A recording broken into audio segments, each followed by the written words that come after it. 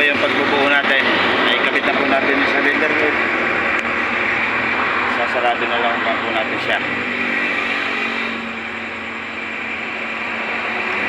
So nailagay ko na po yung medyo kapat kasi sinawan. Hindi ko na nakipakita sa inyo.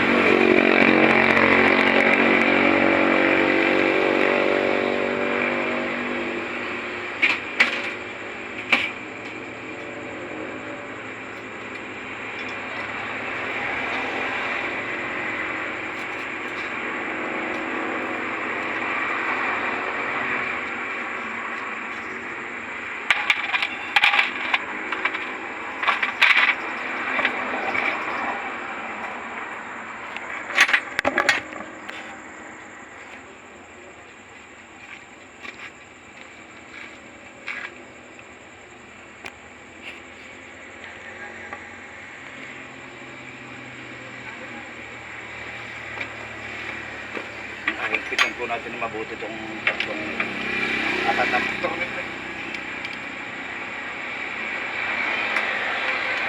Kaya po nagkaroon ng liwag.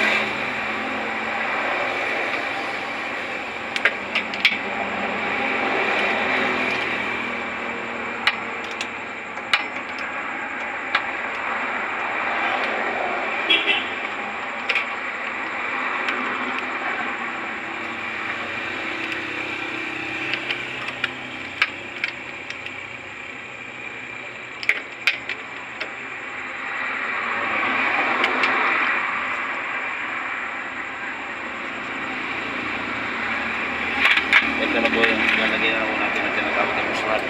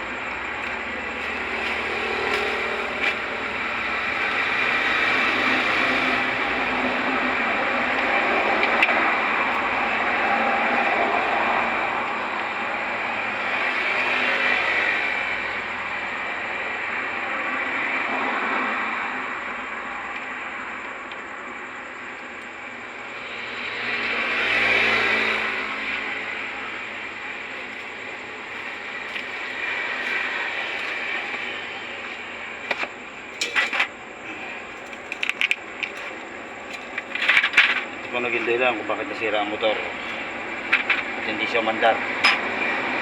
Umangat ko ang rocker arm.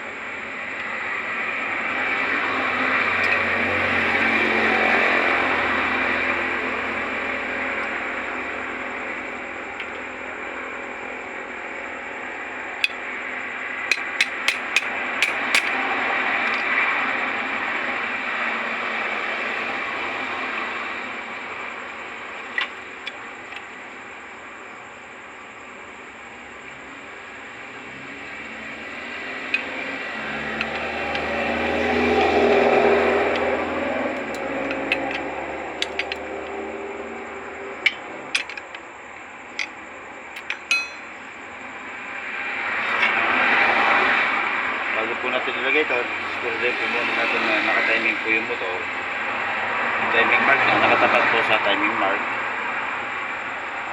Tapos, ito pong tinatawag na tappet screw, luwagan po natin dahil pagka yun na po natin, mawawala po sa top net na tinatawag.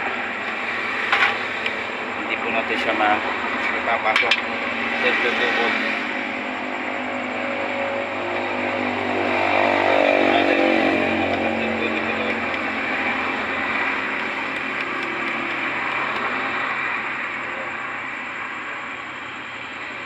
Gumalaw na uso. Kaya may tendency na bago po yung timing.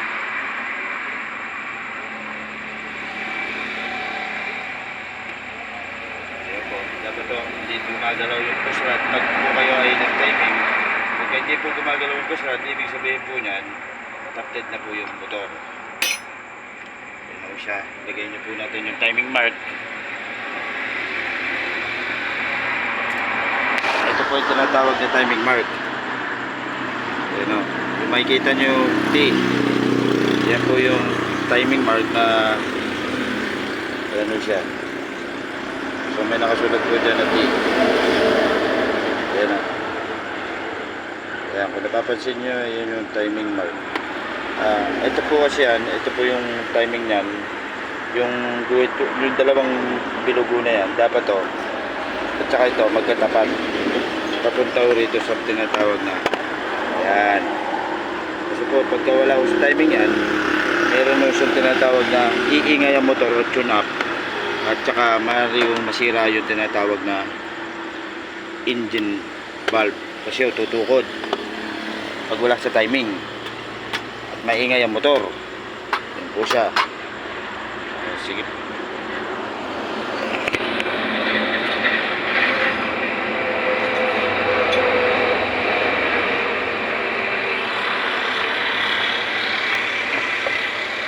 Ito po yung tinatawag na chariot propeller po yan. Wala po siyang kadena. Propeller. Atay, nahulog.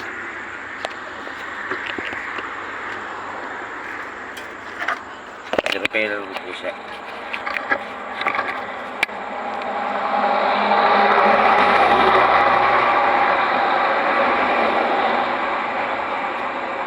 Nakita nyo naka-timing na po, pwede na po natin ilagay yung tinatawag na rocker. Ikato ano yan, katulad na pinakita ko sa inyo kanina, ito sa tinatawag na